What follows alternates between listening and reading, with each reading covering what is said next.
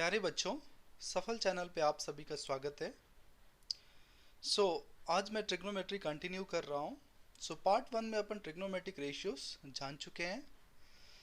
आज के सेशन में पार्ट 2 में अपन जानने की कोशिश करेंगे trigonometric ratios of some specific angles, जैसे कि 0 degree, 30 degree, 45 degree, 60 degree, 90 degree. आइए शुरू करते हैं trigonometric ratios of specific angles.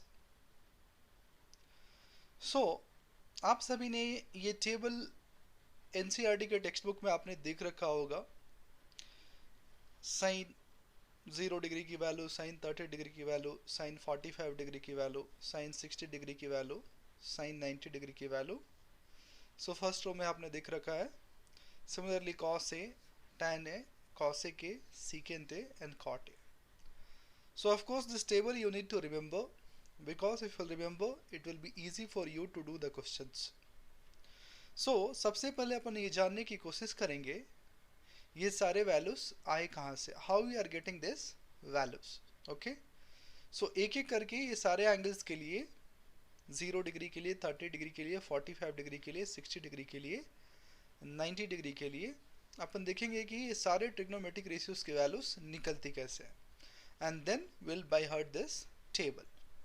ठीक है, first we are looking at trigonometric ratios of 45 degree. You can see that I have taken square A B C D. अब आपको पता है कि स्क्वायर में चारों साइड्स क्या होते हैं, इक्वल होते हैं, और स्क्वायर में डायगोनल की जो लेंथ होती है वो √2 टाइम्स साइड्स की लेंथ होती है। साइड्स को अगर मैंने ए माना है तो डायगोनल की लेंथ जो ग्रीन कलर में आप देख पा रहे हैं that is going to be √2 times of A. अब अपन कंसीडर कर रहे हैं right triangle A B C. आप देख रहे हैं कि बी पे कितना है बच्चों अपने पास 90 डिग्री। तो यहाँ पे ए बी और बी सी दोनों ए यूनिट है, and A C is what √2 times of ए।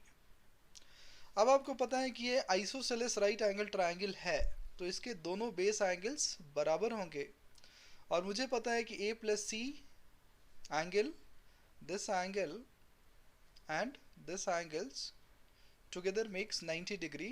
इसका मतलब इंडिविजुअली दोनों कितने होने चाहिए 45 degree. Both this angle is going to be 45 degree. अब अपन ट्रिग्नोमेट्रिक रेशियोज लिख सकते हैं राइट एंगल ट्रायंगल एबीसी में। Sine A that means sine 45 degree अगर मैं पूछूं, अपोजिट बाय हाइपोटेनस। अब अपोजिट में क्या है बच्चों बीसी, और हाइपोटेनस क्या है AC, so that's why BC by AC. अब बीसी की वैल्यू ए है और एसी की वैल्यू √2 टाइम्स ऑफ ए है। ए और ए कैंसिल हो जाएगा और अपने को वैल्यू क्या मिल जाएगी 1/√2। That's why sin 45 value is what 1/√2। Reciprocal relationship अपन जान चुके हैं। मैं आपको बता चुका हूं कि कॉसिकेंट जो होता है वो साइन का रेसिप्रोकल होता है। If sin 45 is 1/√2, cosecant 45 will be 1/sin 45, that means it is going to be √2। ठीक है, ऐसे sin 45 cosecant 45 की वैल्यू आ गई। अब देखते हैं cos 45 के लिए। फिर से मैं cos A की डेफिनेशन लिख रहा हूँ। cos A will be given as adjacent by hypotenuse। adjacent में अपने पास A है, hypotenuse में √2a है, that's why again a/√2a, that is 1/√2, that's why cos 45 is what 1/√2। again I am recalling reciprocal relationship. I know secant A is reciprocal of cos A. Secant 45 will be 1/cos 45, that's also going to be what √2. Cos 45 is 1/√2 and secant 45 is √2. Moving ahead to the next trigonometric ratio, that is tan. Tan A if I'll write, it is opposite by adjacent. Now opposite we have is BC, adjacent we have AB, and both are A unit. Both are what? A unit. A and A will get cancelled. The value of tan A, that is tan 45, we are going to get it as 1. Again I will recall reciprocal relationship. I know cot A is what? Reciprocal of tan. So cot 45 will be 1 by tan 45. That's 1 by 1 and the value is going to be 1 itself. So इस तरह से value आप देख सकते हैं कि sin 45, cos 45 both are 1 by root 2. Tan 45 is 1. Cosecant 45 is root 2. Secant 45 is also root 2. And cot 45 degree is 1. So let's now see trigonometric ratios for 60 degree. 60 degrees के लिए हमने एक इक्विलैटरल ट्रायंगल कंसीडर किया है, आप screen पे देख सकते हैं. सो हमने एक ऐसा इक्विलैटरल ट्रायंगल कंसीडर किया है जिसके साइड्स क्या है? Small A. ठीक है. So A B is also a unit, B C is also a unit and A C is also a unit. ठीक है. Now I am dropping a perpendicular from A to the base B C. अब अपने को पता है कि equilateral triangle में अगर आप परपेंडिकुलर ड्रॉप करोगे तो बेस को दो बराबर भागों में बांटता है. So B M is also going to be a by 2 and M C is also going to be a by 2. So B M is equals MC equals what? A by 2. Now AMB is a right angle triangle, so we can apply Pythagoras theorem to find AM. और वैसे भी हो सकता है कि आपने class 8th और 9th में फार्मूला भी याद कर रखा होगा कि height of equilateral triangle is √3 by 2 times of side. अगर नहीं भी याद है तो अगर आप पाइथागोरस थ्योरम लगाएंगे ट्रायंगल AMB में तो आपको AM की वैल्यू कितनी मिल जाएगी बच्चों? √3 by 2 times of A. Now I am interested in 60 degree, so I know angle at B is what? 60 degree. So angle at B is 60 degree. So now in right triangle AMB we can write the values of trigonometric ratio. So let me write sin B. So sin B if I'll write, so opposite is AM and hypotenuse is AB. So that's why AM by AB. Now AM is √3 by 2 times of A and AB is A. So what will happen? A and A will get cancelled. So the value of sin 60 comes out to be √3 by 2. Now again we can make use of reciprocal relationship. So cosecant 60 will be 1 by sin 60. So that means reciprocal of √3 by 2, that's going to be 2 by √3. So the value of sin 60 is √3 by 2 and cosecant 60 is what? 2 by √3. Let's write for cos B. So cos of B if you write, it is adjacent side to hypotenuse. Adjacent side we have is BM, hypotenuse we have is AB. So that's why BM by AB. Now BM is A by 2, AB is A. So A and A will get cancelled. I'll get it as 1 by 2. So that means cos 60 is going to be 1 by 2. Now secant 60 will be reciprocal of cos 60. So reciprocal of 1 by 2 is what? 2. So that's why the value of secant 60 is going to be 2. The next we have is tan B. So tan of B is going to be opposite by adjacent. Now opposite we have is AM and adjacent we have is BM. So that's why AM by what? BM. Now AM is √3 by 2 times of A and BM is A by 2. So A by 2 will get cancelled. So the value of tan 60 I am going to get it as √3. Again we can make use of reciprocal relationship here. So we know that cot A is reciprocal of tan A. So cot 60 is going to be 1 by tan 60. So the value is going to be 1 by √3. So sin 60 is √3 by 2, cos 60 is 1 by 2, tan 60 is √3, and if you remember this 3 value, the remaining 3 we can find by reciprocal relationship. So now let's see trigonometric ratios for 30 degree. So the diagram is going to remain same. The same situation, equilateral triangle I have considered. The measurements also has been already written. So BM equals MC is A by 2 and AM is √3 by 2 times of A. Just now we saw for 60 degree, so same data. Now if I'll see the angle at A, so here we have 60, so angle at A will be what? 30 degree. So now we can write trigonometric ratio of what? 30 degree.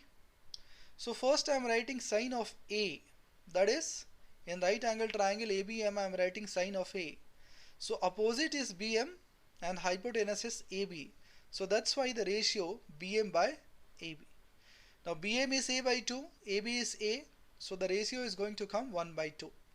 That means the value of sine 30 is going to be what? 1 by 2. To find cosecant 30, I know it's reciprocal of sine.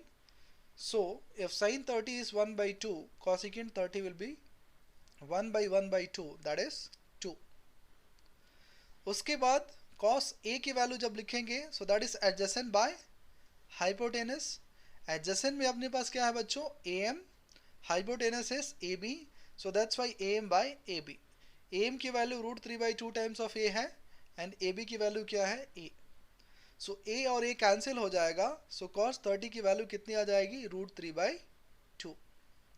Now secant 30 will be reciprocal of cos 30, so that's going to be 2 by √3. So you can see that if you have just remember the reciprocal relationship, our job is getting simplified. The next one, tan of A. So tan is opposite by adjacent. So BM by AM. Now BM is A by 2 and AM is √3/2 times of A.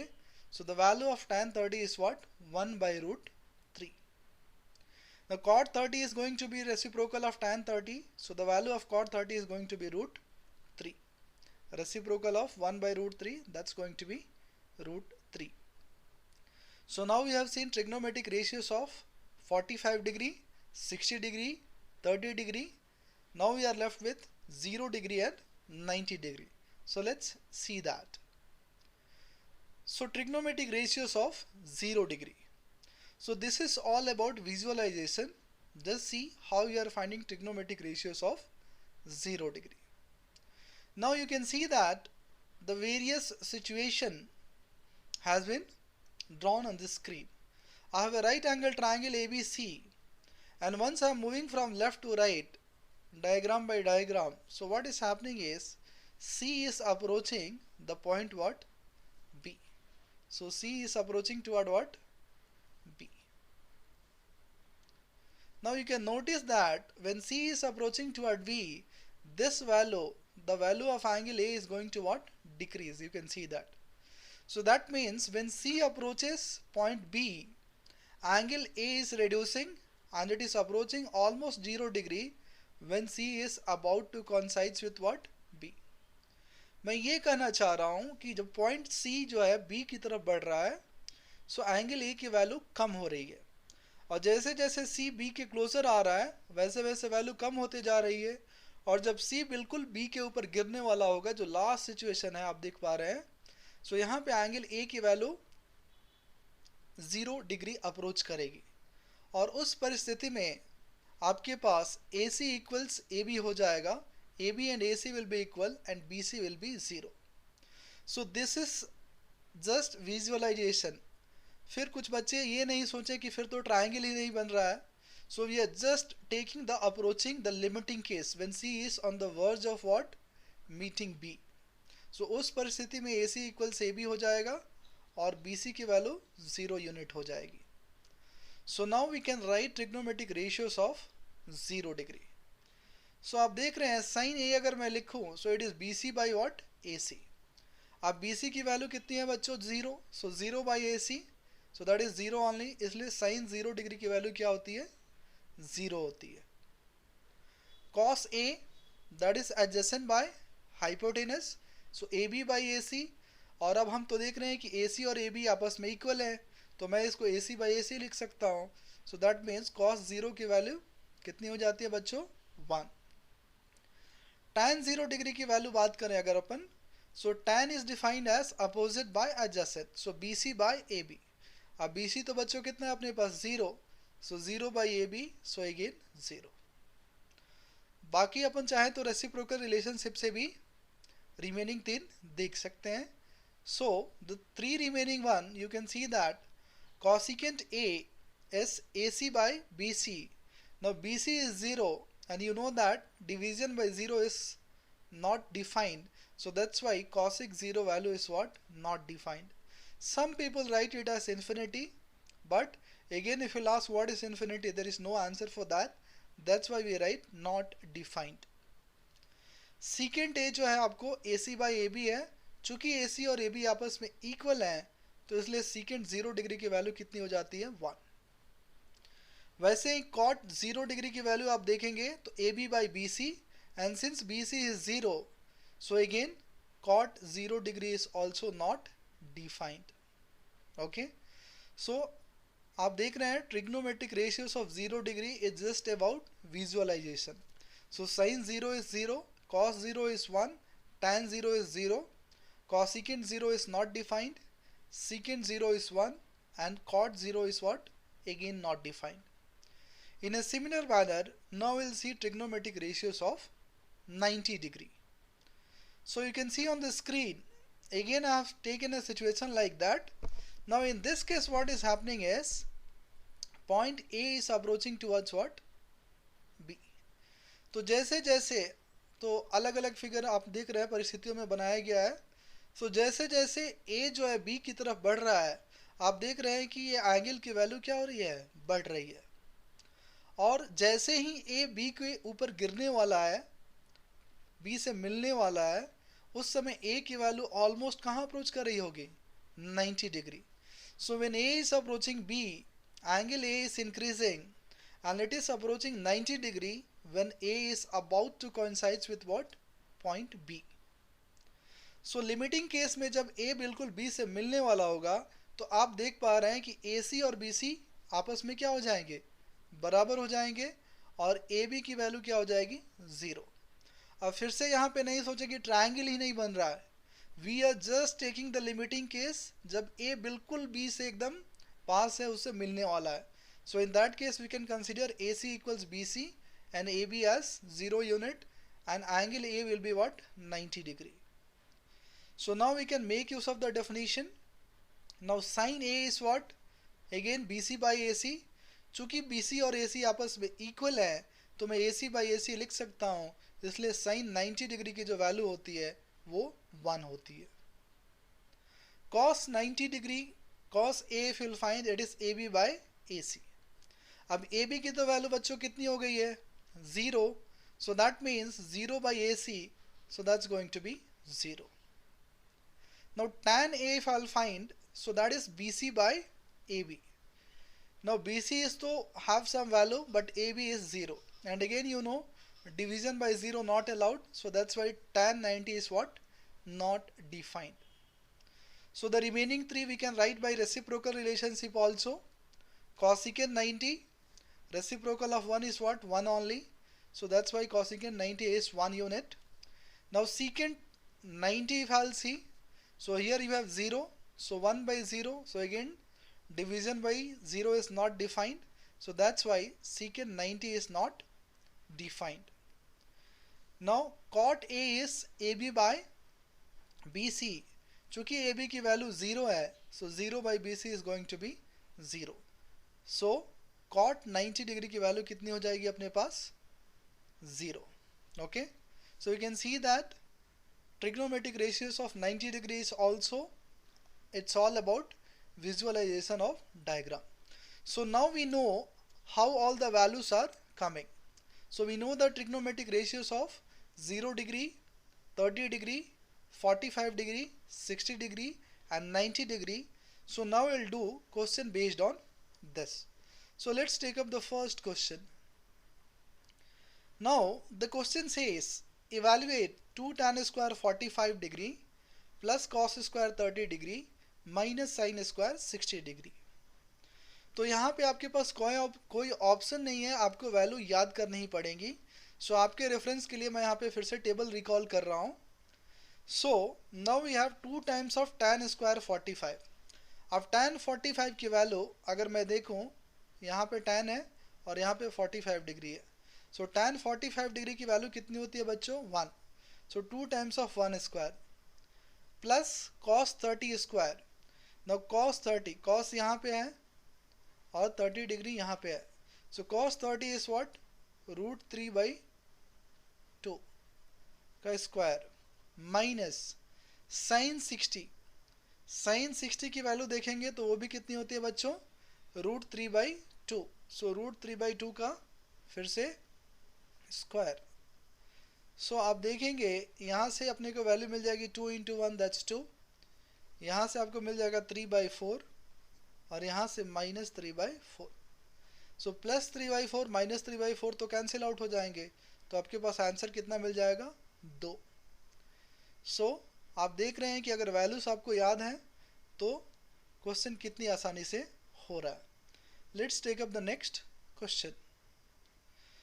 Now here again they are asking you the value of this expression. So यहाँ पे भी आपको trigonometric table refer करना पड़ेगा। So again I am including it for reference. Now let me write the values. So sin 30 की जो value होती है बच्चों होती है 1/2, tan 45 इज 1, cosecant 60 इज, अगर आप टेबल से देखेंगे तो कितनी होती है 2/√3। सो 2/√3। सो ये हो गया न्यूमरेटर। डिनोमिनेटर की बात करते हैं, secant 30। So secant 30 is again 2/√3। Then we have cos 60। cos 60 की वैल्यू कितनी होती है बच्चों 1/2। So that's going to be 1/2 and cot 45 की वैल्यू 1 होती है। सो इसको मैं लिख सकता हूँ 1/2 + 1 इज 3/2 माइनस 2/√3। Denominator 1 + 1/2 3/2 plus 2/√3। सो इसको अब चाहूँ तो मैं सिंप्लीफाई कर सकता हूँ। सो मैं क्या करूँगा यहीं पे इसको रैशनलाइज कर दूंगा। सो मैं देख रहा हूँ कि यहाँ पे डिनोमिनेटर है 3/2 प्लस 2/√3, तो इसका रैशनलाइजिंग फैक्टर मैं ढूंढूंगा। सो जस्ट मुझे साइन चेंज कर देना होगा। सो 3/2 माइनस 2/√3। सो इससे मैं क्या करूँगा ऊपर नीचे दोनों मल्टीप्लाई कर दूंगा। 3/, just 1 second, so it is, so 3/2 minus 2/√3। तो मैं क्या कर रहा हूँ बच्चों यहाँ पे सिंप्लीफाई करने के लिए मैं ऊपर और नीचे यहाँ पे डिनोमिनेटर के रैशनलाइजिंग फैक्टर से मल्टीप्लाई किया हूँ। सो ऊपर तो हो जाएगा 3/2 माइनस 2/√3 द होल स्क्वायर, और डिनोमिनेटर में क्या हो जाएगा बच्चों आप देखेंगे तो a + b and a minus b। So that is a² minus b²। So 3/2 square minus 2/√3 square.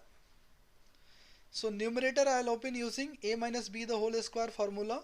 So 3/2 the whole square, that's going to be 9/4 plus 2/√3 the whole square, that's going to be 4/3 minus 2ab. Now minus 2 into 3/2 into 2/√3।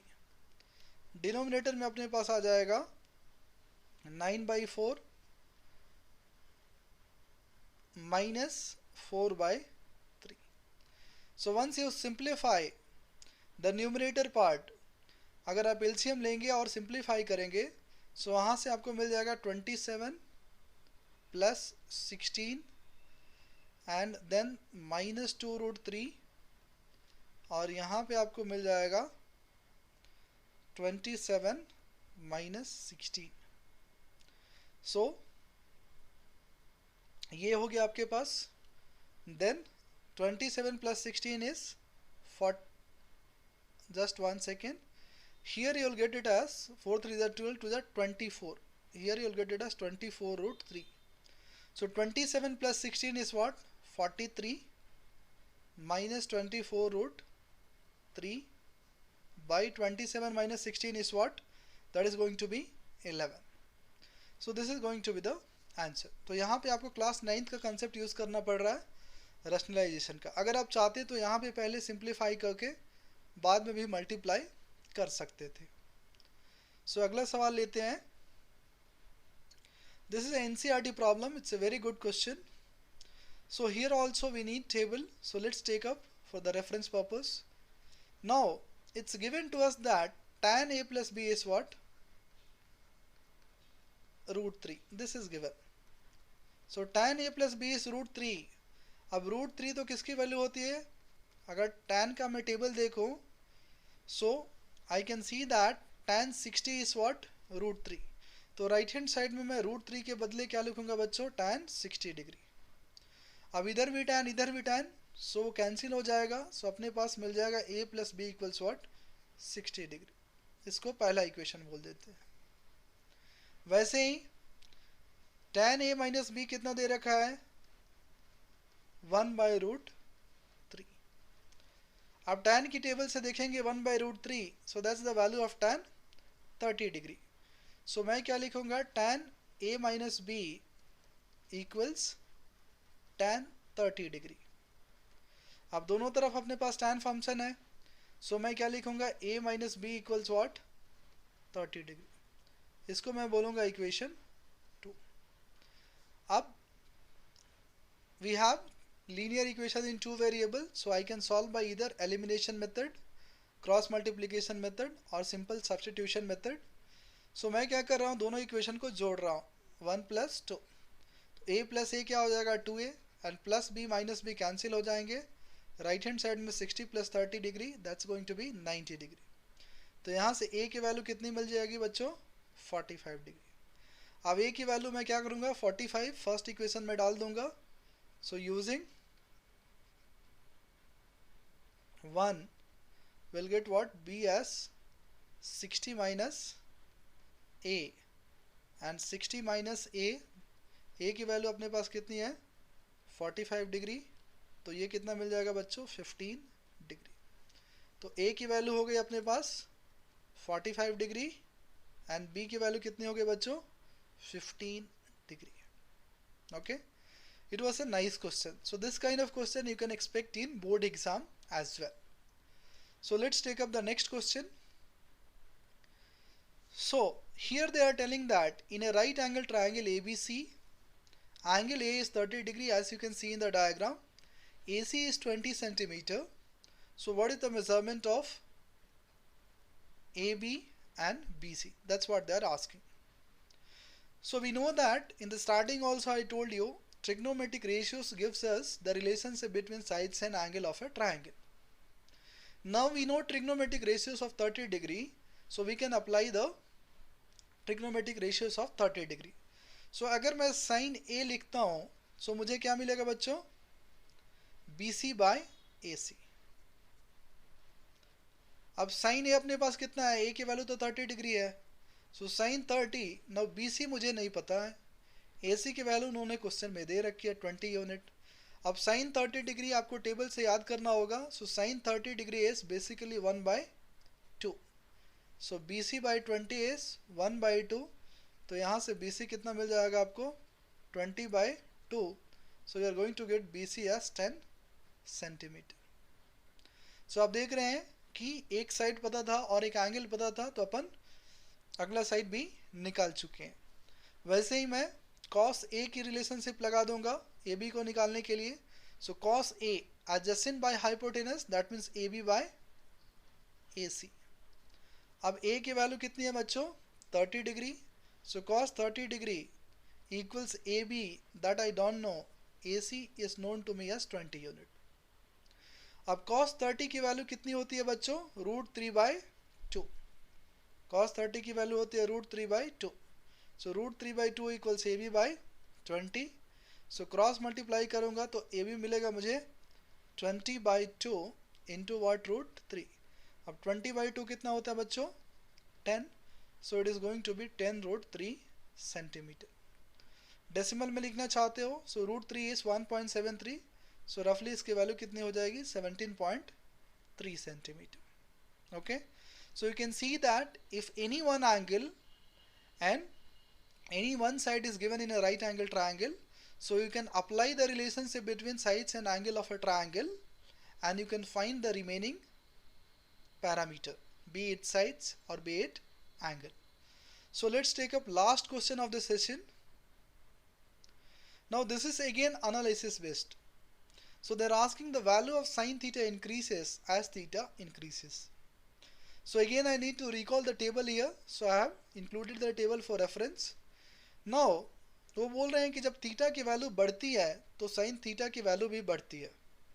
अब मैं देख रहा हूँ sign 0 degree के लिए कितना है, ये 0 है, 30 के लिए ये 1/2 इज रफली 0.5, सो अभी 0 से कितना हुआ 0.5। 45 डिग्री इस 1/√2, इसकी वैल्यू अगर आप निकालेंगे तो रफली ये 0.70 आता है। वैसे ही √3/2 की वैल्यू आप निकालेंगे सो ये रफली 0.86 आता है।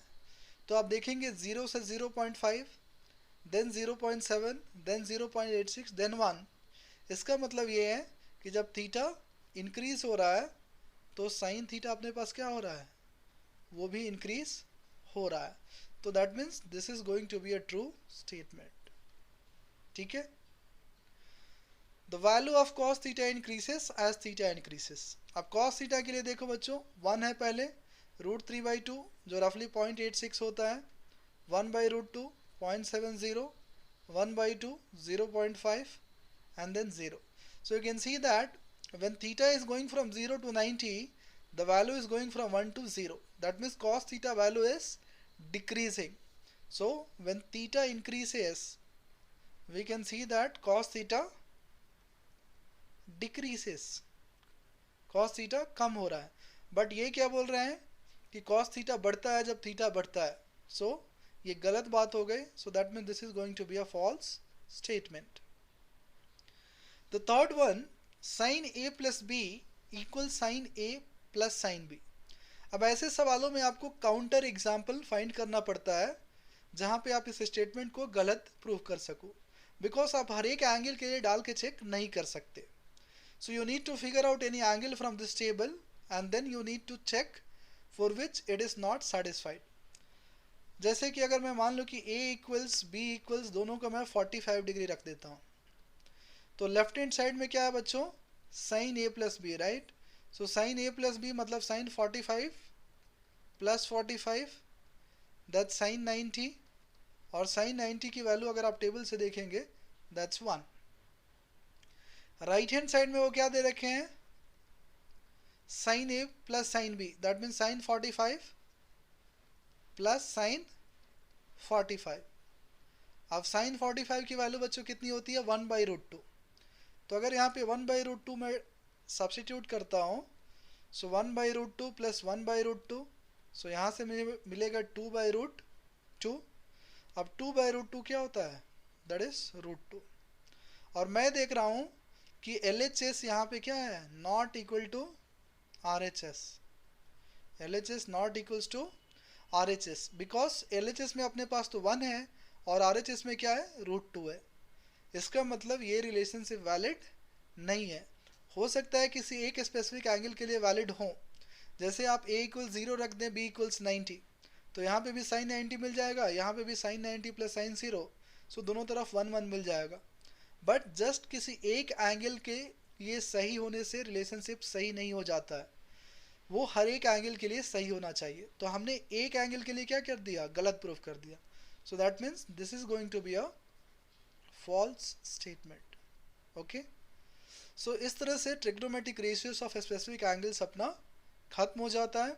अगले सेशन में अपन देखेंगे complementary angles and trigonometric ratios of complementary angles. Thanks for watching. We'll join in next session.